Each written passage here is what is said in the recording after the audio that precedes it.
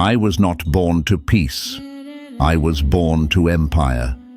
The year was 605 BC. I was a prince, the son of Nabopolassar, a fierce warrior king who tore Babylon from the dying grip of the Assyrian Empire. I grew up in the shadow of war, with the smell of fire in the air and the weight of 1,000 ambitions on my shoulders. I thought I still had time to learn, time to prepare. But then, word came. My father was dead. The empire was now mine. One moment I was a son, the next I was a king. I remember that day vividly. The scorching sun, the tense silence of my generals, the weight of the golden crown placed upon my brow. The blood of Assyrians and Medes still stained our swords. Our enemies had been crushed, but peace was fragile. Power, I learned, was a flame, beautiful, dangerous, and always hungry. And so, I turned to war. Egypt was rising. Pharaoh Necho dared to challenge our strength. I met him at Carchemish on the banks of the Euphrates, two giants clashing on the edge of the world. His chariots were fast, his soldiers were seasoned, but my army was Babylon's fury made flesh. We destroyed them. The Nile kings bled in the dust of the east. The gods of Egypt could not stand against the will of Marduk, or so I believed then. That victory was only the beginning. Jerusalem, a small kingdom nestled in the hills of Judah. I had heard whispers of its stubborn king, Jehoiakim, and of a temple said to house the power of a strange god, a god who demanded worship from only one people. No idols, no rivals, curious and threatening. So I marched. My armies surrounded the city like a tightening noose, and when the gates finally fell, I took what I wanted. I took gold from their temple. I took sons from their nobles. I took their pride and left behind fear. Among the captives were 4 young men, boys really, handsome, intelligent, full of fire. One of them was named Daniel. I didn't know it yet, but that boy would change everything. Back in Babylon, I set my sights on glory. My father built an army. I would build a legend. Stone by stone, I raised the walls of my city, wide enough for chariots to race upon them. I adorned them with lions and bulls, symbols of power and divinity. I rebuilt the temple of Marduk, our chief god, and made Babylon gleam with wealth drawn from every corner of the empire. Merchants came with gold, spices, and silk. Kings bowed and paid tribute. My name, Nebuchadnezzar, echoed across the earth. But deep in my heart, something stirred, a restlessness I could not silence. I had everything, yet I wanted more, not just power, immortality. I would build a kingdom that touched the sky. I would be more than king, I would be eternal. But the Most High had other plans for me. The dream that shook my soul. I was a conqueror, a builder, a king feared across the earth. But one night, I became afraid. It started with a dream. No, not a dream. A vision, a disturbance that gripped me like a storm in the dark. I awoke gasping, my heart pounding like war drums. And though I was the ruler of nations, I felt powerless. I summoned them all, astrologers, magicians, enchanters. I demanded they tell me the dream and its meaning. If they could not, I would have them torn limb from limb and their homes turned to ashes. Was that extreme? Perhaps. But what good are wise men who see nothing? They failed me, all of them. But then came the boy, Daniel. Still young, still quiet, but there was a fire in his eyes, not the fire of ambition, the fire of certainty. He asked for time, and with boldness no one dared to show me before, he promised that his God would reveal the mystery. I allowed it. What did I have to lose? He prayed, and his God answered. Daniel stood before me, not trembling, not flinching. and spoke the very words I had seen in my sleep.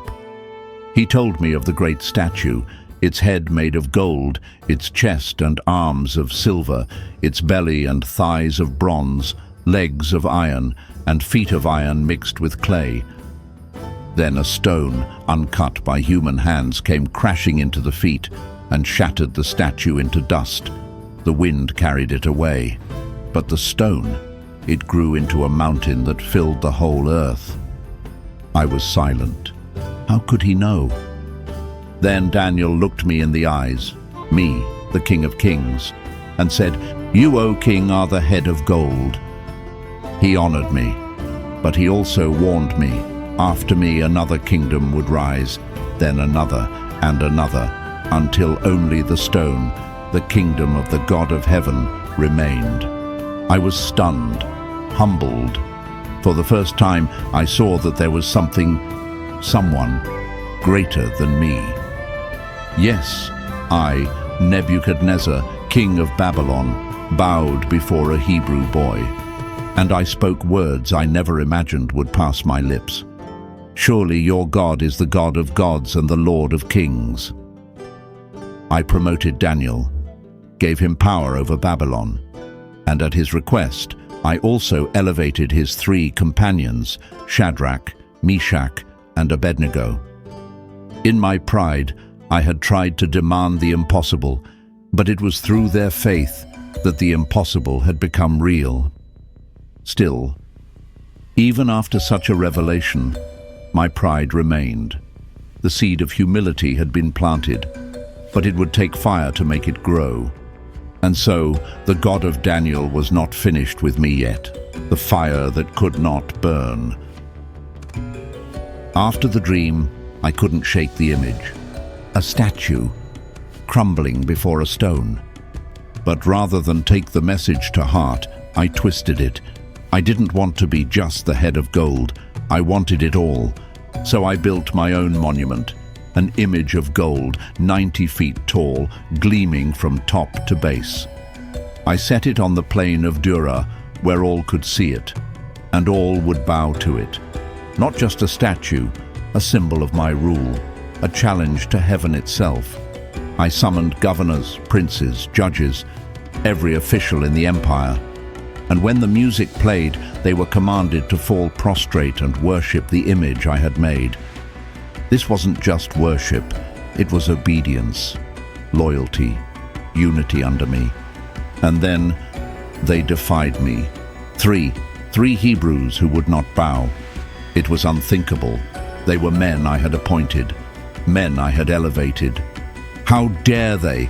I asked them myself. Is it true? You do not serve my gods or worship the image I have set up? I'll give you one more chance. I leaned forward, eyes blazing. But if you refuse, you will be thrown immediately into a blazing furnace. Then what God will be able to deliver you from my hand? I expected trembling, pleading. Instead, I got faith. They said, "Our God is able to save us, but even if he does not, we will not serve your gods. We will not worship your image, even if he does not." They stood before me unshaken, not because they expected rescue, but because they knew who they belonged to. I was king, but they served someone higher. That enraged me. I ordered the furnace to be heated 7 times hotter than normal, so hot that the soldiers who tied them up and tossed them in were burned alive by its heat. Let that be the end of them, I thought. But it wasn't. I looked and saw 4 men walking inside the flames, unbound, unharmed. And the 4th, I can't describe him. He looked like a son of the gods. Shaken, I called out, "Shadrach, Meshach, Abednego, servants of the Most High God, come out." They stepped out, not a burn on their bodies, not a hair singed, not even the smell of smoke clung to them. The fire had no power over them. I had asked what God could rescue them from my hand. Now I had my answer. So I issued a decree. No one in my empire would speak against the God of Shadrach, Meshach, and Abednego, or they would pay dearly. I had seen a miracle with my own eyes, but even then, I still clung to my pride. I honored the God of Israel with my lips, but not yet with my heart. And so, the Most High would show me that he is not a God to be spoken of lightly. He is a God who humbles kings, the tree, the watcher, and the warning. They called me the King of Kings, but I could not sleep. My victories were many, my cities unmatched. Yet something stirred in the depths of my soul. Another dream. Not like the first. This one felt heavier. It came in the quiet of the night. A vision so vivid it left me breathless. I saw a tree, vast and glorious. Its height touched the heavens. Its branches stretched to the ends of the earth. Birds made nests in its limbs. Beasts found shelter beneath it. Its fruit fed every living thing. It stood like a guardian of the world. But then, a voice thundered from the heavens. "Cut down the tree, strip its branches, scatter its fruit, drive the beasts away." The command was clear. The tree would fall, but the stump, bound in iron and bronze, would remain. And then came a mystery. Let his mind be changed from that of a man to that of a beast. Let 7 times pass over him. I woke in terror. What did it mean? Was I the tree? Was this my judgment? I called for my magicians, astrologers, the best minds in Babylon. None could answer me, not one. And then I remembered him. Daniel, the boy who had once revealed a statue from my mind, now stood before me a man filled with the spirit of his God. I told him everything. Every branch, every bird, every word the watcher spoke.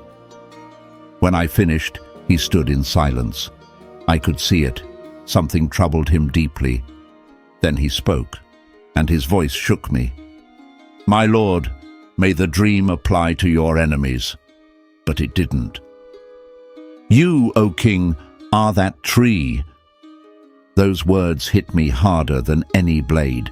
He said I had grown strong. My greatness had reached the sky. My rule extended across the world. But pride was my disease, and God was not pleased. "You will be driven away from people. You will live with wild animals. You will eat grass like an ox. 7 times will pass over you until you acknowledge that the Most High rules the kingdoms of men." It was a sentence: madness, isolation, humiliation. But Daniel wasn't finished. "Therefore, O king, let my advice be acceptable to you. Break off your sins by practicing righteousness. Show mercy to the poor. Perhaps then your prosperity will continue." He gave me a chance, a way out, a path to avoid the fall, and for a moment, I considered it. But pride is a slow poison, sweet at first, then blinding. A year passed, the warning faded, and I returned to my high place, unaware that my fall was already at the door. The Most High had shown me mercy, but I had not listened. When kings become beasts. 12 months. That's how long the Lord waited. He gave me a whole year to listen, to repent, to remember the warning Daniel gave me, to remember the tree. But I didn't. I had returned to comfort, to triumph, to pride. And pride, it grows quietly. It whispers, "You did this." And I believed it. It was a perfect morning. The sun warmed the white walls of my palace. The Euphrates shimmered like a ribbon of gold through the heart of my empire. The hanging gardens danced with color and water. From the heights, Babylon looked eternal. I stood at the edge of my balcony and I said aloud, Is not this the great Babylon I have built as the royal residence by my mighty power and for the glory of my majesty?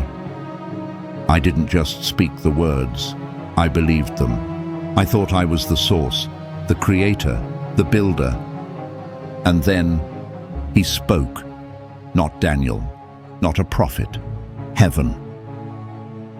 This is what is decreed for you, King Nebuchadnezzar. Your royal authority has been taken from you. You will be driven away from people. You will live with the wild animals. You will eat grass like the ox. 7 times will pass over you until you acknowledge that the Most High is sovereign over all kingdoms on earth. Even as the words echoed in the air, it began.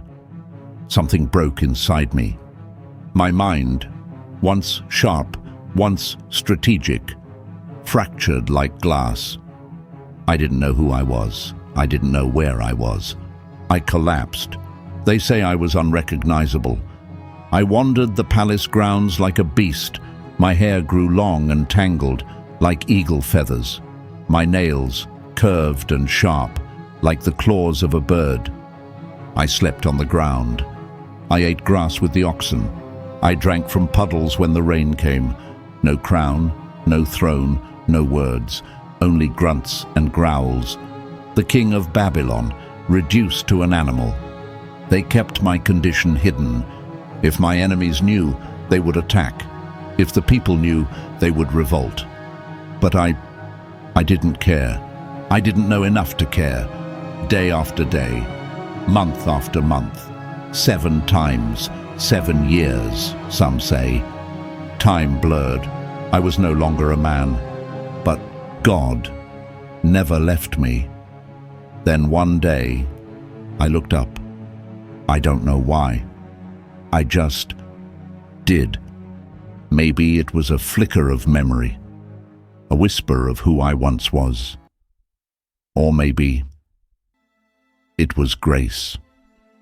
I lifted my eyes toward heaven, and in that moment, everything began to change.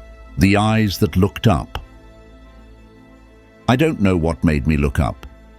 For years I had lived like a beast, eating what animals eat, sleeping where animals sleep, forgotten by the world and by myself. My name was gone. My mind was gone.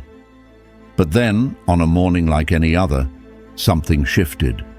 A thought, a stirring, a whisper from deep inside the madness. For the first time in years, I lifted my eyes. I looked not to my palace, not to my walls, not to my image carved in stone. I looked to heaven, and in that single act, my sanity returned. Suddenly, I remembered who I was. Nebuchadnezzar, king of Babylon. But more than that, I remembered who God was, and with breath that tasted like life itself, I spoke words not of pride, but of praise. Then I praised the Most High. I honored and glorified him who lives forever. For the first time I understood, his kingdom is not like mine. It is not made of bricks and gold. It cannot be burned or overthrown. His rule is eternal. His dominion stretches across generations. He raises up kings, and he brings them down. I thought I was untouchable. I thought Babylon was my doing. But all along, it was him, the Lord of hosts, the God of Daniel, the one who walks in fire with servants and humbles the proud with a whisper. When word reached the city that I had returned to my senses, my advisors came running. The same men who had once stood helpless as I lost my mind, now bowed in awe. I walked, no, I stood, before them once again. But this time, I was not the same king. They restored my throne. My officials reinstated my rule, and Babylon, by some miracle, remained intact, as if the Most High had held it together with his own hand while I was gone. I had been broken, but now I was rebuilt, wiser, softer, smaller in my own eyes, and infinitely more aware of how high God truly is. This was true power, to be restored by grace, to be ruled by heaven, to finally see with new eyes. At the same time that my sanity was restored, my honor and splendor were returned to me for the glory of my kingdom. And yet this time, I knew where it all came from, not from my hand, but from His. The decree of a humbled king. I had issued many decrees in my lifetime, commands that shook nations, laws that built cities, orders that crushed rebellions, but none like the one I would write next. This decree was not forged in pride, but in brokenness. It was not carved from ambition, but from revelation. This time, I had something far greater to proclaim. To the nations and peoples of every language who live in all the earth, may you prosper greatly. It was not a call to arms. It was not a boast of conquest. It was a testimony. It is my pleasure to tell you about the miraculous signs and wonders that the Most High God has performed for me. Not my achievements, not my glory, but His. How great are His signs, how mighty His wonders. His kingdom is an eternal kingdom. His dominion endures from generation to generation. I wanted the world to know, not of Babylon's greatness, but of God's. I told them everything, my dream, my fall, my madness, and my restoration. I didn't hide it. I didn't cover my shame, because my humiliation had become His exaltation. Even the Jews in exile, those I had once captured, heard my words. They had suffered under my hand. But now they would hear of my heart, changed by the same God they had worshipped for generations. A God I once mocked, a God I now feared. Now I, Nebuchadnezzar, praise and exalt and glorify the King of heaven, because everything He does is right and all His ways are just. And those who walk in pride, He is able to humble. That last line, it was my confession, my surrender. The greatest thing I ever built was not a wall or a garden or a throne. It was this truth, that I am nothing and God is everything. I had once tried to ascend to the heavens through pride, but now I had found heaven through humility. I thought I was a god among men, but now I know I am just a man before God, the crown that fit differently. After I returned, everything looked the same. My throne, my court, my crown, but I was not the same. I had ruled with power, with fear, with pride. But now I ruled with something I had never known before, humility. No longer did I see the poor as beneath me. No longer did I see foreigners as enemies. Even the Jews, those I once dragged in chains, I began to see not as captives, but as people chosen by the God who changed me. I remembered Daniel's words before the madness, "Break off your sins by doing what is right, and show mercy to the oppressed." I had dismissed him then, but now, those words guided my hand. I ordered relief for the poor. I restructured taxes. I restored dignity to those I had once used as tools for glory. Because now I understood what true power was. Not in being served, but in serving. Even the gods of Babylon, the idols I once exalted above all, seemed dull in comparison. They could not save. They did not speak. They had never walked with men in fire, or restored a mind broken by judgment. But the God of heaven did. And He had changed not only my reign, He had changed my legacy. Whispers became stories, stories became truth. People began to speak of the king who lost his mind and found God, the ruler who once declared himself divine, but learned to bow to one far higher. I told them, if you lead others, do so with justice. If you rule, do so with mercy. And never forget, God watches kings as closely as he watches the poor. They listened, because they had seen what happens when pride meets heaven. In those final years, I spent less time building monuments and more time building peace. I no longer craved glory for myself. I desired only one thing, that my story would point to him. Let the world remember, yes, I was a conqueror. Yes, I was mighty. But the greatest thing I ever did was this. I looked to heaven, and I saw not a God made of stone, but the living God who rules over kings and kingdoms, and who humbles those who walk in pride, the sunset of a king. The days passed. Seasons came and went like the Euphrates flowing beneath my palace. I ruled with peace, not terror, with wisdom, not wrath. For all my building, all my victories, nothing shaped my reign more than the season of my madness. It left a scar on my soul, and like all scars, it became a reminder, a teacher. I began to teach my son. His name was Evil Merodach, a name tied to the gods of Babylon. But I prayed he would learn the ways of the God of heaven.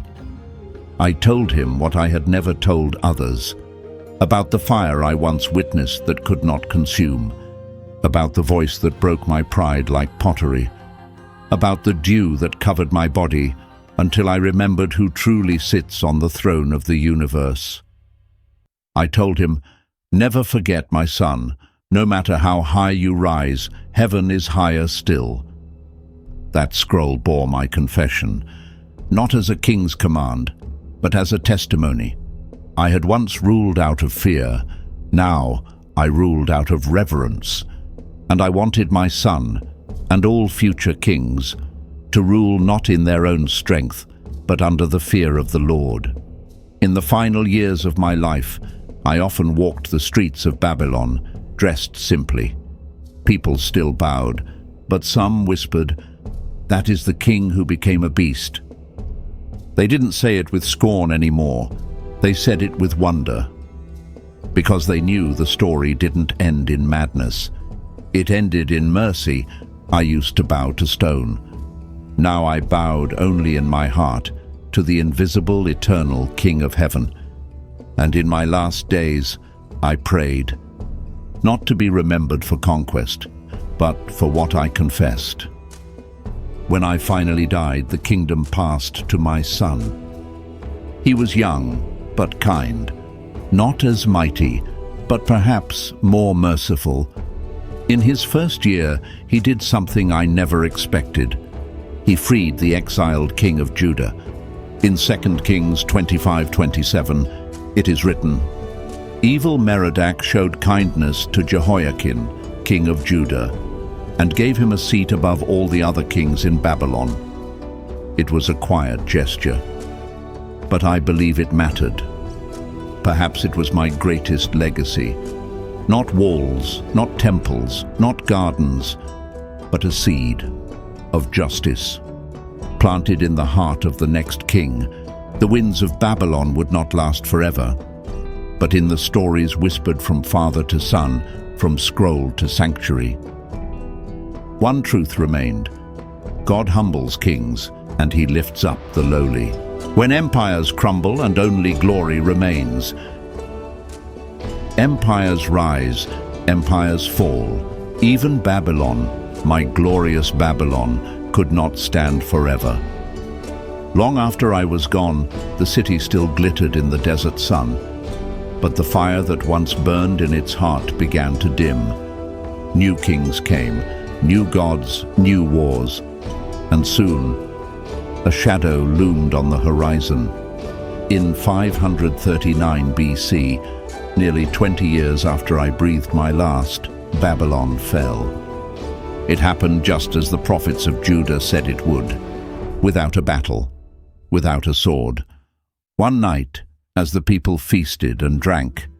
The Persians diverted the river, slipped beneath the walls, and took the city in silence. The mighty gate opened from within. Babylon was finished. This is what the Lord says to his anointed, to Cyrus. Isaiah 45:1. Even my empire, my monuments, my legacy was part of a larger story, a divine script that stretched far beyond me.